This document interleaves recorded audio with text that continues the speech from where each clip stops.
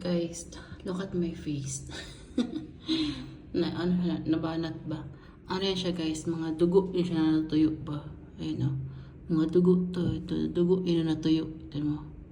Dugo yun na natuyo guys. Tapos, yung mukha ko parang nabanat ba? Nabanat siya, nabanat kay. Bakit? Nag-ano ako guys, microneedling ba? Yung gano'n ano? Yung gano'n ay. Derma roller pala, derma roller. Pero, ang ginamit ko, hindi yung roll, yung push siya. So, ang tawag dun.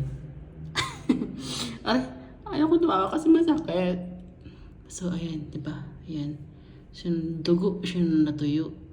So, within 2 hours ko pa siya hilamusin. Mamaya pa ako mahilamos.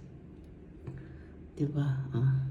Perfect. Bakit ako Bakit ako nag-microneedling? Kasi, or nag-derma roller guys, kasi tawag dun, yung mukha ko kasi maraming ganun ba, butas ba, mga pimple mark, ganun. So, nung nag-try ako ng guys, ng first ko na derma sa clinic,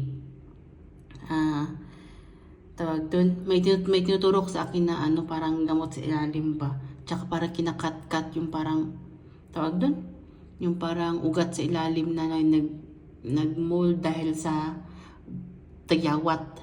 Kaya ang nangyari, tawag doon, ang nangyari, kinakat-kat siya, tapos may cream akong pinapahid. So hindi na ako nakabalik doon sa clinic guys, kaya ako na lang. Tsaka hindi, nag-aral naman kasi ako sa YouTube.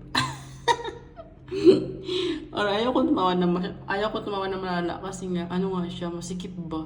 Ano doon yung sobrang banat yung mukha ko ba?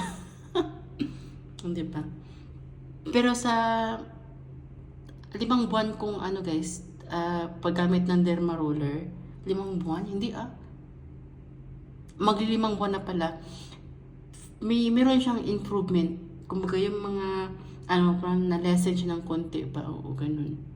Diba? So, kunting tiis lang tayo guys. Ito at nawagatiis na ganda. Bakla ka. Sapakin kita dyan. Diba? Gito yung mukha ko guys pa. Yung may, ito kita yun yung butas. Ganyan siya dito. Marami. Ganyan. Diba? So, pag start ng guys, siguro mga minutes lang. Ay, hindi.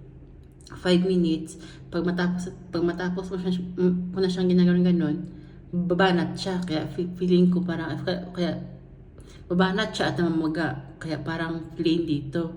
Pero katagalan, siguro mga 1 week, 7 days, unti-unti siyang balik sa dati, na may kakaloon ng butas-butas, konti, ganun.